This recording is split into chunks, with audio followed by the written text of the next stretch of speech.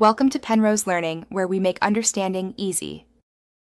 In this video, I will explain how to get frequency response in Multisim.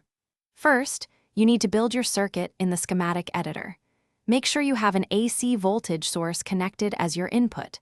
This source will provide the varying frequencies for the analysis. Also, clearly identify the output node where you want to measure the response. Next, you'll configure the AC analysis settings. Go to the Simulate menu, select Analyzes, and then click AC Analysis.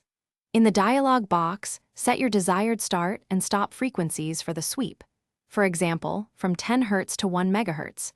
Choose a sweep type like decade and specify the number of points per decade for accurate results. Now, let's select the output variables. In the AC Analysis window, switch to the Output tab.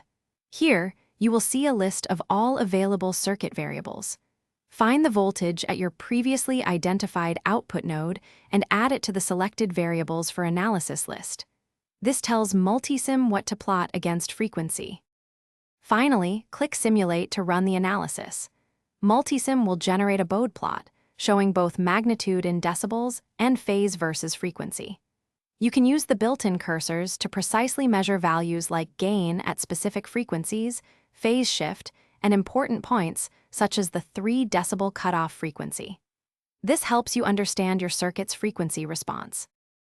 Thanks for watching. If this was helpful, leave a like and consider subscribing. See you next time.